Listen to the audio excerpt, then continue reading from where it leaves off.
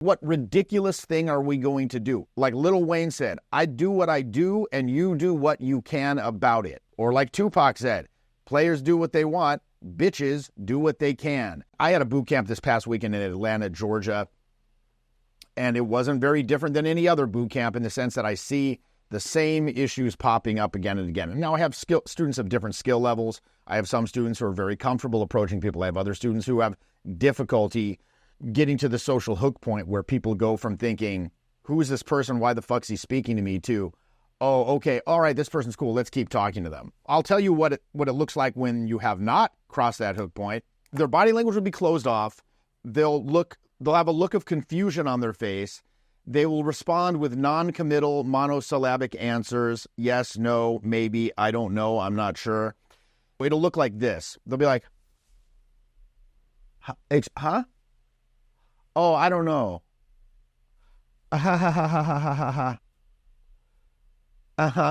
No, maybe. Oh, yeah, cool. Well, hey, so we're just catching up. We haven't seen each other in a while, so, but it was nice to meet you. Hope you have a good night. Like, they'll look confused, and they'll have that polite, not real laughter, polite laughter, like, and it looks almost exactly like what I was just doing. I know this because I'm very good at emulating that because I see it every single weekend. Now, what does this all start from? First of all, there's 8 steps. If you're talking about meeting someone at a bar and going home with them, there's 8 steps. What's the first step? Approaching. Wrong. Incorrect. Most people would think that. It's approaching. No. The first step is you must be enjoying yourself in the environment. This is a hard prerequisite. If you cannot do this, you will have an extreme amount of difficulty introducing yourself to people and crossing that so-called social hook point. You just won't be able to do it. You won't be able to fucking do it. Because here's what I see. Students will be walking around the venue like scared or with a stiff, shuffling body language, very stiff, sort of like, I'm here to do this chore, and I hope that nothing bad happens. I hope nothing bad happens to me. I hope nobody's mean to me. I hope that it works, right? Like if I go in, it's like this very competitive energy where if I go up and I talk to these people, if it's well received, then it worked, and I can breathe a sigh of relief, and oh, thank heavens it worked. If it doesn't work and they don't respond well, now I am diminished. I am less. I've lost validation. I'm embarrassed. I'm humiliated. I'm a fucking loser if it doesn't work out. So they'll be walking around like they're not enjoying themselves at all. Now, meanwhile, you look at myself, my assistant, in the same environment, I'm like always bopping around to the beat. Oh, I'm probably singing some little song. I'm like a very musical fellow.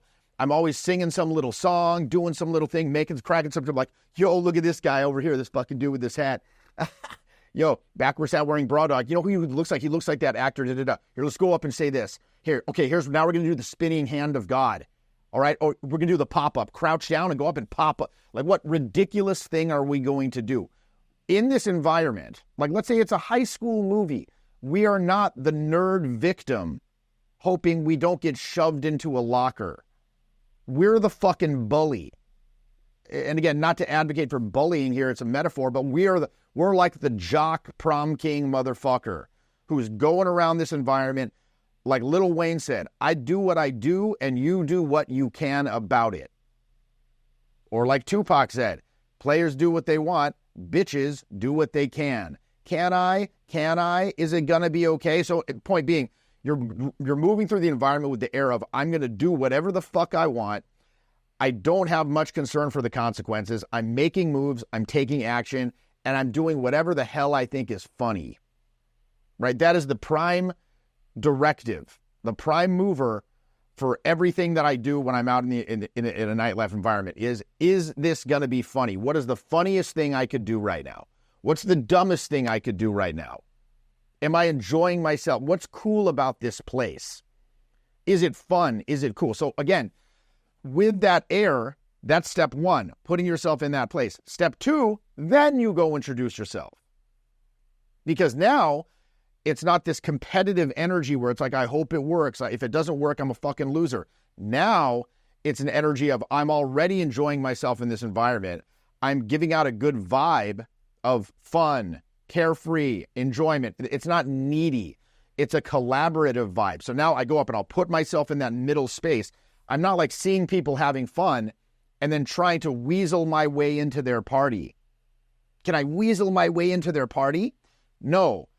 I'm already having the party, and then I'm going to go introduce myself, and then I'm going to offer them to meet me in that middle space and collaborate and create something new together. This tends to get a much better reaction. Why? Because it's non-needy. Remember, neediness is perhaps the most unattractive characteristic of all. So you've got to put yourself as a prerequisite in that fun space, enjoyable, outgoing, outside of your head. That's another thing. People are so inside their own body and head, like, do I look cool? Is it going well? What am I going to do? Is it going to be well received?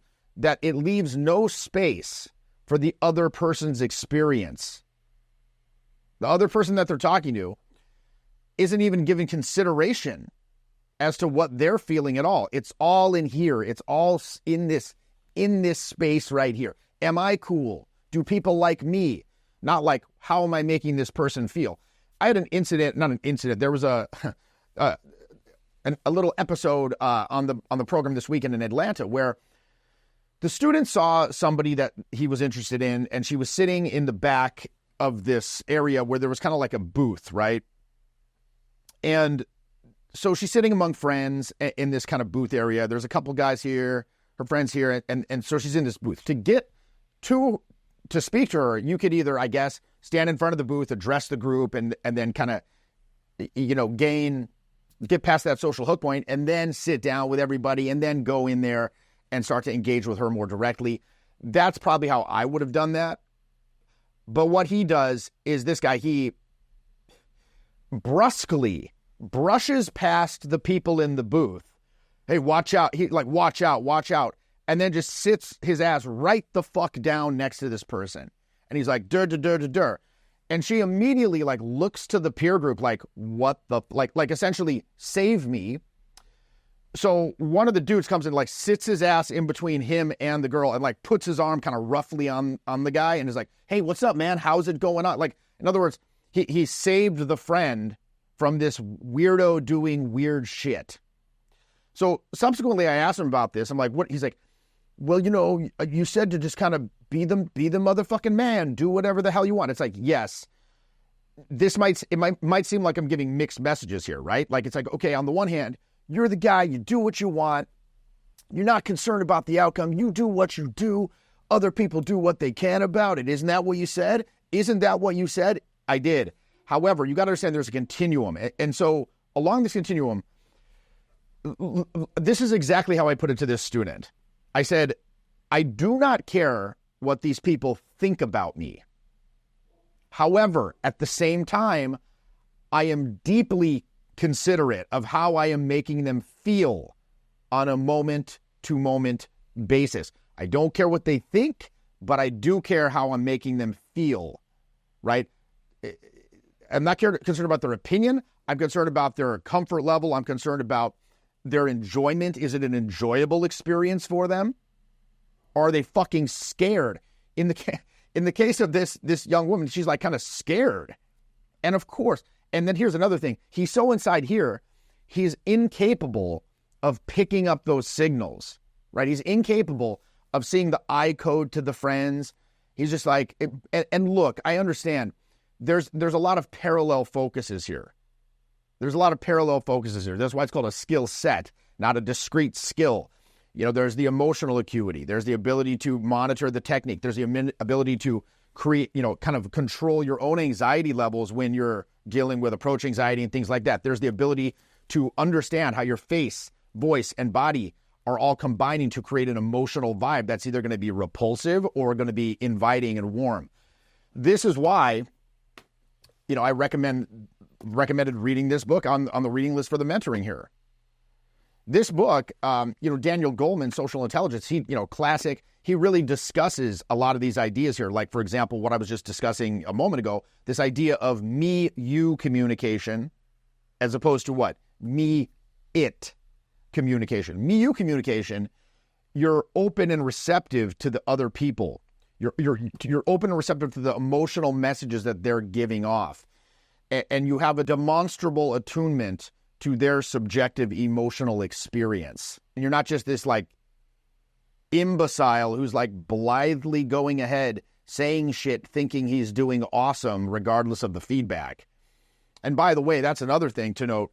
You can get away with a lot. Like, social errors only count when you are oblivious to them. Isn't that an interesting thing? This is just what I found personally. Social errors are fine to make as long as you are aware of them. As long as you can demonstrate you have an awareness of having made the social error. So what does that translate to in practice? So let's say, for example, that same person, he did that brusque, push past the people and sat down. What if instead of just like, he was able to say, yes, I realize this is a bit invasive and strange. However, I don't really get out of the house very often. I've kind of forgotten how to comport myself in public. Please bear with me as I navigate my crippling agoraphobia and attempt to reintegrate myself into society. So anyway, just saying that, and maybe glancing to the peer group and like kind of shrugging, yeah, I'm kind of an idiot. That would go a long way for them to say like, oh, okay, this person so it's the distinction here is this person understands that he's making the error. And then it's something that they're doing on purpose to generate a specific effect, as opposed to like an idiot with bad emotional acuity and bad social intelligence. The person who's doing it on purpose, it somehow magically erases the error in a weird way. It says, okay, this person is not just looking at me as this, meat sock to jerk off into, in the case of somebody you're trying to meet romantically, but rather, okay, they have again, the demonstrable attunement to my subjective emotional experience. And a lot of times making small, like a buddy of mine, he'd do a lot of little things like this where he would make errors and then fix it through statements of empathy and things like that. He would attempt to trigger the bad reaction just so he could fix it with the statement of empathy and demonstrate how much meta-awareness he had of the situation, demonstrate how much like his emotional acuity was actually there. It can actually deepen the connection and you do that. Going back to the main point here, the very first step in the environment is enjoying yourself in the environment. And by the way, when you do this, people will notice that it's kind of the warm end of the pool there. It's like the cool kids table. And this may do a number of things. It may trigger what we call approach invitation, which is where people will kind of lurk in the vicinity and kind of like look over at you. If you combine this with, the old peacocking, which is where you wear some sort of outlandish garment. And I believe that was one of the exercises this week was, for the homework was develop some sort of peacocking item. But sometimes the guy will be like, it's my shirt that has a funny pattern. Shirt with funny pattern is insufficient. A peacocking item should be something that is visible from across the room, and nobody else has that. And people will be like, what is going on over there? It really needs to trigger a sense of social pressure being put upon you by wearing this unusual item. That is the hallmark of a proper peacocking item, where other people are going to see and be like, what's this guy got on? What is that? And they might even come up and start talking shit to it about it. Like, what is this? What is this? What's going on here? So again, you can generate approach invitation. You can actually get other people to approach you by simply having a fun demeanor in the environment, being boisterous in the environment. The great thing about this is when you then want to approach, you don't have to turn it on. That's another thing I see so much is the students, they're just like shuffling around the club in pain and terror in this very like tired looking way almost, like this sluggish, dull facial expression, no, like shuffling around. And then when they want to approach, then they go like this. Then they attempt to turn it on. They're like, hi, da da da da da da da. And then of course, when the person almost invariably, it's not well received. Why? Because it's trying to get in. Get all your interactions through this lens. Are you seeing other people having fun and trying to weasel into their fun, or are you already having fun and bringing it to them? Again, the former generally is not going to be well received. They're going to continue to give those like looks of confusion and polite laughter. This will last for several minutes at best. Dude, I saw this one the other night on the boot camp where these guys are in there and they're doing that. And it's at the point where now these girls are like starting to literally like make fun of them to each other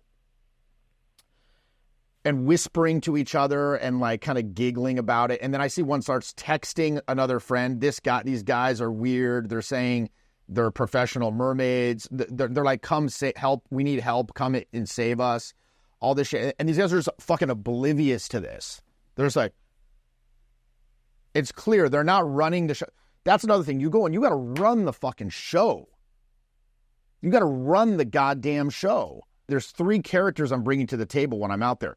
Number 1 is like the cartoon, vulgar maniac that says all this wacky shit and like moves the energy around and says expresses interest in them. Then there's the like articulate conversationalist that makes this guy okay. This is the guy dropping the statements of empathy saying, yeah, I get it. That's a bit untoward what I just said. My blood sugar, I'm a child of divorce. What can I say? Okay, this guy's actually smart. He's not just making these errors. He understands what's going on here. He has an attunement to our subjective experience. I get it. So there's those 2. And then the third is the game show host, the guy that's running the fucking show, the MC, the person who's not flustered, the person who's very comfortable having the attention put on him. In fact, he likes it. He wants the attention. He welcomes it. He makes other people comfortable with it. Right? Running the show. So these guys, they're just kind of sitting there. Anytime you're particularly in the initial stages, until you get to that social hook point, you are responsible for upholding 90% of the interaction. Until you get there, you better be fucking, because the thing is, look, when you go up to somebody and you meet somebody for the first time, whether you initiated that or not, there's definitely a sense of performance. They're going to be like, okay, what? What? Show me. I didn't come up to you. You came up to me. Show me. And if you're like, oh, duh. I said my one little thing. Duh. They're not going to fill in that gap. And even after you get past that social hook point, yeah, now you can downshift it a bit. You can kind of shift down to now where I'd say it's a more 70-30, at least in my experience, where I'm contributing 70% of the interaction. They're contributing 30%. And that 30% contribution acts as fuel for my intuitive process to talk about anecdotes and kind of riff and keep the vibe alive, and then start peppering in my statements of intention and stuff like that. But still, it's still 70. For these guys, they're in there. There's like a bump on a log, I believe would be the colloquial expression, and they're getting fucking tooled. Like, what are you guys doing? You're just sitting there. What do you think is going to happen? Like, what do you think is going to happen there? They know it's not going to be a good outcome, but what's the issue?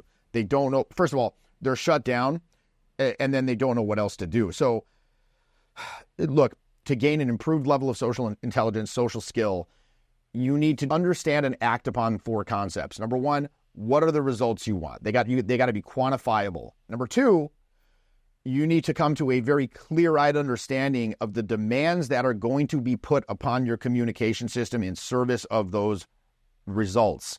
I always say, I got a little note right here on my wall. It says, if you want gangster results, you got to do gangster shit. Number 3, perhaps most importantly, and what we do here in this mentoring course, you have to come to an understanding of how your conditioning is preventing you or inhibiting you from acting and behaving in the ways that would get those results. And then that brings us to number 4.